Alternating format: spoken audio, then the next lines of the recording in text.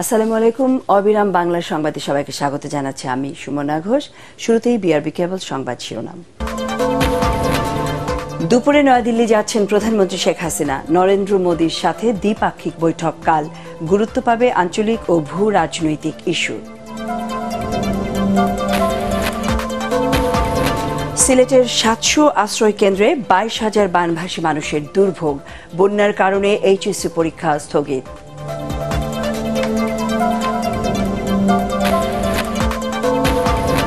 সন্ত্রাসী হামলার আতঙ্কে ২ বছর ধরে পর্যটক শূন্য বান্দরবান। ঈদ ছুটিতেও ফাঁকা হোটেল, মোটেল এবং কর্মহীন ১৫,০০০ কর্মী। এবং টি-20 বিশ্বকাপে সুপার ৮ পর্বের ম্যাচ জয়ে বাংলাদেশের বিপক্ষে ১৪১ রানের টার্গেটে ব্যাট করছে অস্ট্রেলিয়া।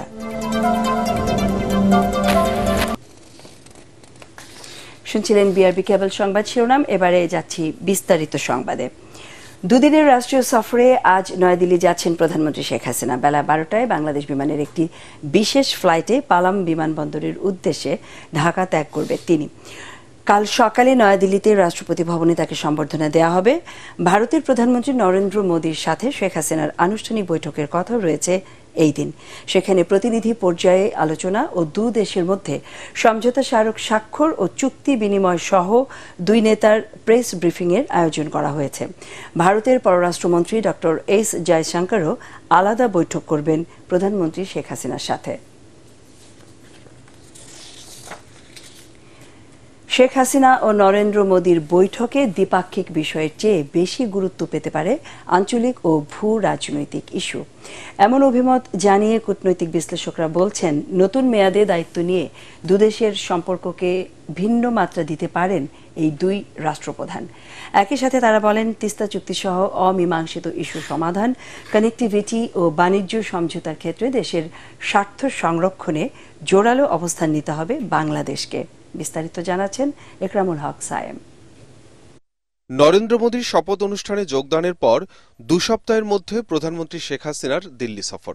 নতুন মেয়াদে সরকার প্রধান হিসেবে দায়িত্ব নেয়ার পর দুই শীর্ষ নেতার প্রথম দ্বিপাক্ষিক বৈঠক অনুষ্ঠিত হবে এই সফরে।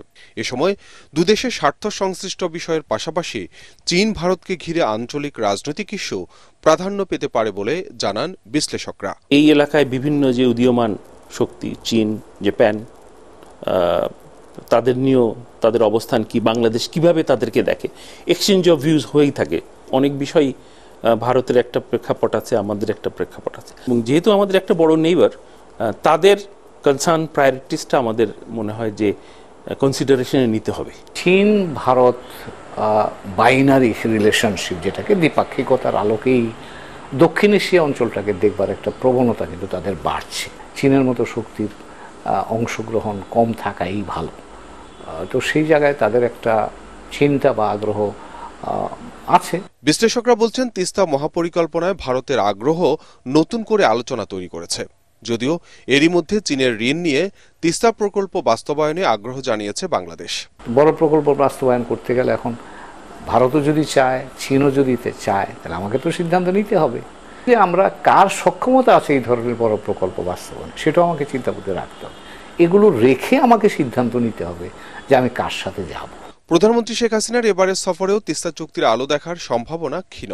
তবে আন্তঃসীমান্ত সংযোগ, বিনিয়োগ, মোংলা বন্দরের ব্যবস্থাপনা ও বিদ্যুৎ বাণিজ্য সহ বেশ কয়েকটি বিষয় হতে পারে সমঝোতা ও চুক্তি। এনার্জি বড়ভাবে আসবে, কানেক্টিভিটি বড়ভাবে আসবে, বিশেষ করে রেল কানেক্টিভিটি। ত্রিপুরা, আসামের যে বর্ডার আছে সেখানে, এই এলাকাটা সহ বে অফ বেঙ্গল সহ জাপানিজ কোলাবোরেশনে একটা বড় ধরনের অর্থনৈতিক রিজন গড়ে তোলার জন্য জাপান, ইন্ডিয়া এবং বাংলাদেশ যৌথ উদ্যোগ নিয়েছে। প্রধানমন্ত্রী শেখ হাসিনা ও নরেন্দ্র মোদীর সবশেষ দ্বিপাক্ষিক বৈঠক অনুষ্ঠিত হয় ২০২২ সালের সেপ্টেম্বরে দিল্লিতে। ইকরামুল হক সায়েম, এটিএন বাংলা, ঢাকা।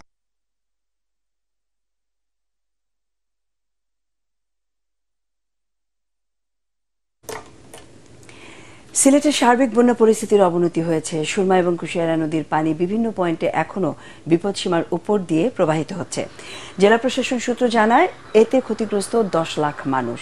বাড়িঘরে পানি উঠে পড়ায় প্রায় 700 আশ্রয় কেন্দ্রে জেলার 22,000 মানুষ আশ্রয় নিয়েছেন।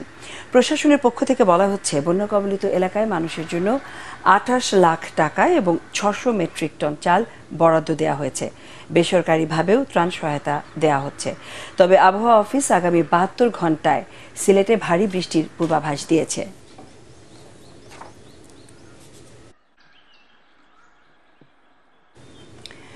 দর্শক, সিলেটের কোম্পানিগঞ্জের বন্যা দুর্গত এলাকায় রয়েছেন আমাদের সহকর্মী মনির হোসেন তপু। আমরা এখন সরাসরি তার সাথে যুক্ত হতে যাচ্ছি।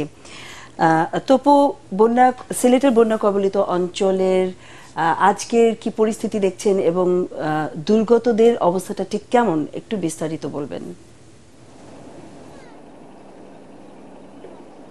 ধন্যবাদ সুমনা। আমি এখন আছি কোম্পানিগঞ্জ উপজেলার চাতলাপাড় গ্রামে। আপনাকে জানিয়ে রাখি যে এই গ্রামের যে আশপাশে যত ঘরবাড়ি যা দেখতে পাচ্ছেন, এখানে যারা বাসিন্দারা যারা রয়েছেন একমাত্র তাদের এখন চলাচলের মাধ্যম হচ্ছে নৌকা। আর এই ঘরবাড়ি যেগুলো দেখতে পাচ্ছেন এরই মধ্যে গেল 4 দিন আগে পর্যন্ত তাদের ঘরের অর্ধেক পর্যন্ত পানি ছিল। সেক্ষেত্রে তারা এখানে অবস্থানের কোনো সুযোগই ছিল না। সেক্ষেত্রে তারা বিভিন্ন আশপাশের যে ঘরবাড়ি, উঁচু ঘরবাড়ি এবং বন্যা আশ্রয় কেন্দ্রে তারা গিয়ে সেখানে আশ্রয় নিয়েছিলেন।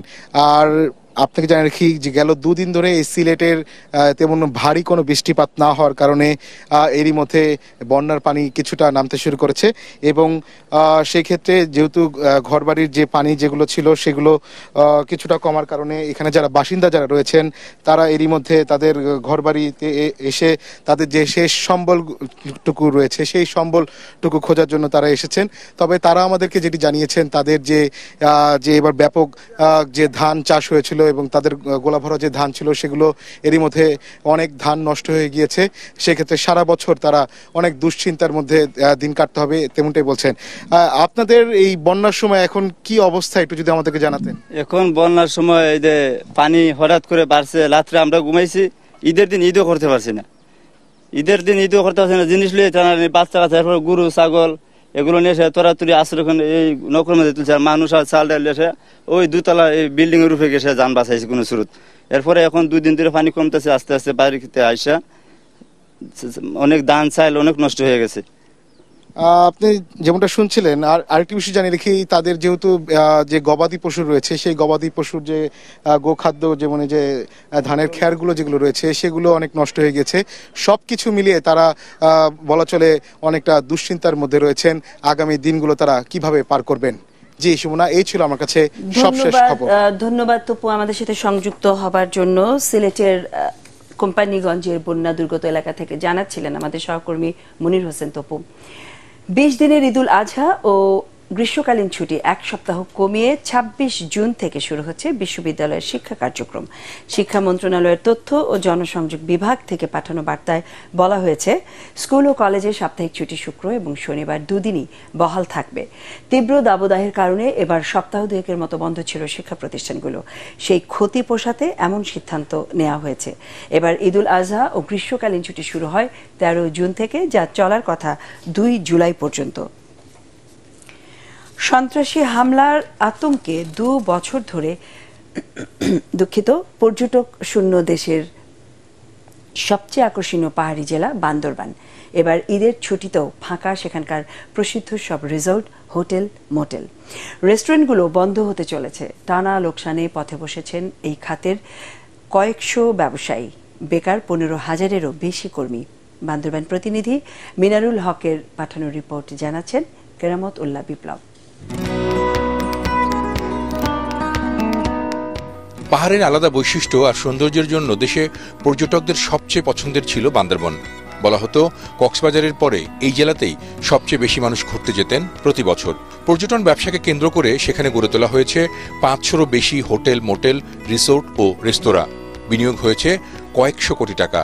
এসবের কর্মী, ট্যুর অপারেটর, গাইড, যানবাহন চালক সহ বান্দরবানের পর্যটনে কাজ করে জীবিকা চালাতেন 15,000-এরও বেশি মানুষ। এখন তার প্রায় সবই অচল। পাহাড়ে অশান্তির কারণে আমাদের একটু পর্যটক ভয়ভীতি আছে, এটার কারণে আমাদের বুকিংটা একটু কম। গাড়ি নিয়ে আজকে এত মাস বসা, আমাদের পরিবার নিয়ে আমরা খুব কষ্টে আছি। 2 বছর আগে গজিয়ে ওঠা সশস্ত্র সংগঠন কুকিচিন ন্যাশনাল ফ্রন্ট KNF-এর সন্ত্রাসী তৎপরতা শুরু হওয়ার পর থেকেই সরকারি ঘোষণা দিয়ে বন্ধ করা হয়েছে বান্দরবনের বিভিন্ন পর্যটন স্পট। পরে খোলার ঘোষণা দিলেও ভয় আর আতঙ্কে ওদিকে যান না পর্যটকরা। সন্ত্রাসী তৎপরতার কারণে বান্দরবনের ৩ উপজেলা রোমা, বোয়াংছড়ি ও থানচিতে পর্যটকদের ভ্রমণে বিধিনিষেধ এখনো বহাল আছে। তাই ঈদের লম্বা ছুটিতেও কোনো পর্যটক নেই সেখানকার হোটেল মোটেলে। নিরাপত্তার আশ্বাস দিয়েও পর্যটকদের সেখানে আকৃষ্ট করা যাচ্ছে না। আতঙ্কিত হওয়ার কিছু নেই। পর্যটকদের আমি অনুরোধ করব বান্দরবানে আসুন, পর্যটনের যে পর্যটন স্পটগুলো আছে সেগুলো ভিজিট করুন, যেখানে অভিযানগুলো চলছে সেই পথগুলো একটু এড়িয়ে চলবেন, তাহলেই হবে। জেলা প্রশাসনের কর্মকর্তারা বলছেন, সন্ত্রাসপ্রবণ এলাকাগুলো ছাড়া সেখানকার ৭০টিরও বেশি পর্যটন কেন্দ্র খোলা ও নিরাপদ রয়েছে। পর্যটকরা চাইলেই এসবে ঘুরতে যেতে পারেন। Bureau report, ATN Bangla. এবারে টি-20 বিশ্বকাপের খবর।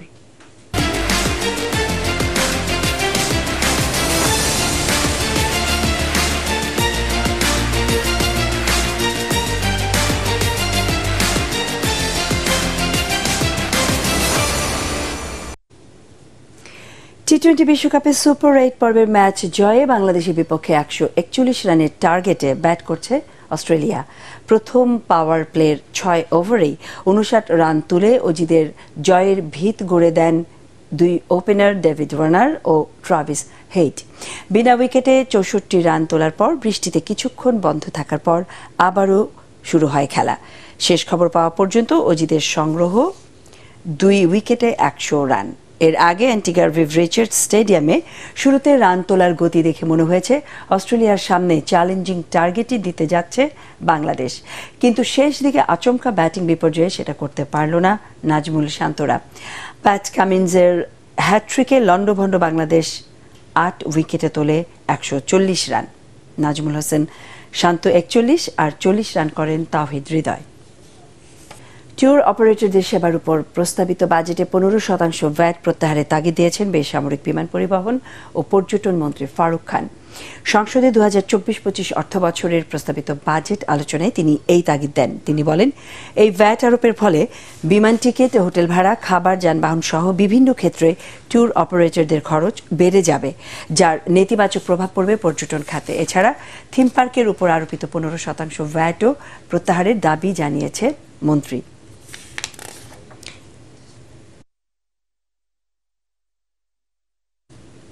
আন্তর্জাতিক সংবাদ।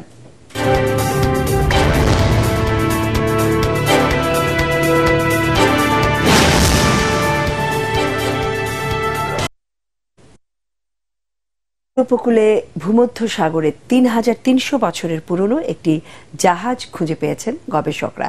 জাহাজটি নানা ধরনের প্রাচীন জিনিসপত্রে ভরপুর। এটি তাম্র যুগের শেষের দিকে কাঠের তৈরি। প্রাকৃতিক গ্যাস অনুসন্ধানকারী একটি কোম্পানি অনুসন্ধানের সময় সাগরের ১৮০০ মিটার গভীর পানিতে কাদার মধ্যে ডুবে থাকা ওই জাহাজটি শনাক্ত করে। পরে তা থেকে বিশেষ যন্ত্র এবং রোবট দিয়ে ২টি প্রাচীন পাত্র উদ্ধার করা হয়। প্রায় ১৪ মিটার দীর্ঘ কাঠের এই জাহাজটি ঝড় কিংবা জলদস্যুদের আক্রমণে উপকূল থেকে প্রায় ৯০ কিলোমিটার দূরে ডুবে যায় বলে ধারণা করছেন বিশেষজ্ঞরা। কয়েক হাজার বছর আগে ডুবে গেলেও জাহাজটি অক্ষত রয়েছে। এটি আপাতত সাগরের নিচ থেকে তোলা হচ্ছে না বলেও জানান বিশেষজ্ঞরা। কক্সবাজার শহরের বাদশাঘোনা এলাকায় পাহাড় ধসে দুজনের মৃত্যু হয়েছে। তারা হলেন স্বামী আনোয়ার হোসেন ও অন্তঃসত্ত্বা স্ত্রী মাইমুনা আক্তার। ভোর ৪টার দিকে এই দুর্ঘটনা ঘটে। আনোয়ার হোসেন স্থানীয় একটি মসজিদের মুয়াজ্জিন ছিলেন। স্থানীয়রা জানান, পাহাড়ের পাদদেশে তারা বসবাস করতেন। রাতে ভারী বৃষ্টিতে পাহাড়টি ধসে পড়লে মাটি চাপা পড়ে স্বামী স্ত্রীর মৃত্যু হয়। ঘর শুধু মাথা গোজার ঠাঁই নয়, ঘর মানে বেঁচে থাকার স্বপ্নগুলোকে বাঁচিয়ে রাখা। বাংলাদেশের একজন মানুষও গৃহহীন থাকবে না। প্রধানমন্ত্রী শেখ হাসিনার এমন ঘোষণা বাস্তবায়ন করতে পাহাড়ি জেলা খাগড়াছড়িতে তৎপর রয়েছে প্রশাসন। আশ্রয়ন প্রকল্পের আওতায় পঞ্চম ধাপে এই জেলার আরও ৮৬০টি গৃহ ও ভূমিহীন পরিবার পেয়েছেন সরকারি ঘর। সুবিধাবঞ্চিত এসব মানুষ ২ কক্ষ বিশিষ্ট সেমি পাকা ঘর পেয়ে আনন্দে আত্মহারা। মানসম্মত ও টেকসই এসব ঘরে অসহায় পরিবারগুলোর জীবনযাত্রার মান আরও বাড়বে বলে আশা প্রশাসনের কর্মকর্তাদের। আমার জামাই রিক্সা চালায়। এখন মাননীয় প্রধানমন্ত্রীর দয়ে আমি ঘরটা পাইছি। আমরা এখন 2টা বাচ্চা নিয়ে অনেক খুশিতে আছি, অনেক আনন্দে আছি। আগের ঘর আসলো বেড়ার ঘর, এখন আমরা এই বিল্ডিং ওর পাইছি। সরকার বিল্ডিং ওর দিছে, বিল্ডিং ওরে আমরা বসবাস করি। এখন তো সরকার আমাদেরকে যে ঘরটা দিছে এই ঘরটা আমি কখনো তুলতে পারতাম না। তো সরকারের কাছে আমি অনেক শুকরিয়া আদায়। আমি আগে বাসা ভাড়া থাকতাম, অনেক কষ্ট হইতো। আমার স্বামী একজন দিনমজুর, ঘরটা পাই আমার অনেক উপকার হয়েছে। এখানে যারা থাকবে তাদেরকে সার্বিক সহযোগিতা করার জন্য, তাদেরকে কর্মসংস্থানের জন্য সরকারের বিভিন্ন দপ্তর কাজ করছে। আমাদের তাদের ঋণের ব্যবস্থা রয়েছে, সুপেয় পানির ব্যবস্থা রয়েছে, এছাড়া আপনার বিদ্যুতের সংযোগের ব্যবস্থা আমরা করছি। তাদের যাতায়াতের জন্য সড়ক উন্নয়নের কাজ চলছে। সামগ্রিকভাবে এই গৃহহীনরা যাতে আত্মকর্মশীল হতে পারে, আত্মনির্ভরশীল হতে পারে, সেই ব্যাপারে আমরা সার্বিক সহযোগিতা প্রদান করছি বিভিন্ন দপ্তরের সাথে সমন্বয়ের মাধ্যমে। এবারে পার্টেক্স খেলার খবর।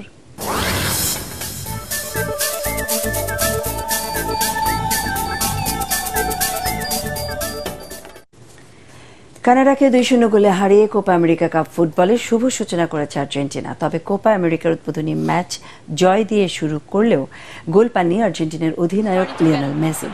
খেলার প্রথমার্ধে আর্জেন্টিনার সঙ্গে সমান লড়াই করেছিল কানাডা, কিন্তু দ্বিতীয়ার্ধে বিশ্ব চ্যাম্পিয়নদের কৌশলের কাছে হার মানে সেই প্রতিরোধ।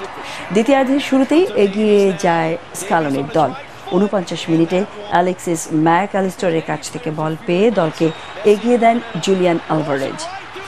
এরপর গোল পরিশোধের চেষ্টা করেও সফল হয়নি কানাডা।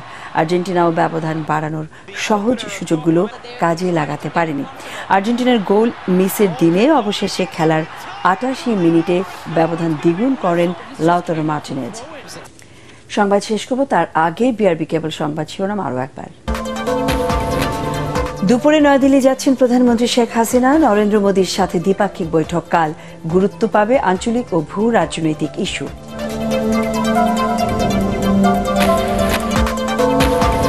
সিলেটের 700 আশ্রয় কেন্দ্রে 22,000 বানভাসী মানুষের দুর্ভোগ। বন্যার কারণে এইচএসসি পরীক্ষা স্থগিত।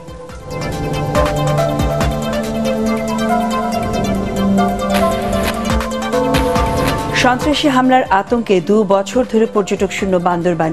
ঈদ ছুটিতেও ফাঁকা হোটেল মোটেল, কর্মহীন 15,000 কর্মী।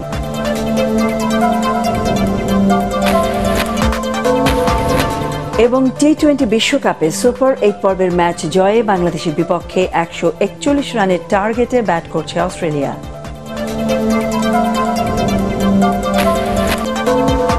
আমাদের পরের সংবাদ দেখার আমন্ত্রণ জানিয়ে এখনকার মতো শেষ করছি। ATN বাংলা সংবাদ ইউটিউবে দেখতে ব্রাউজ করুন youtube/ATN বাংলা নিউজ।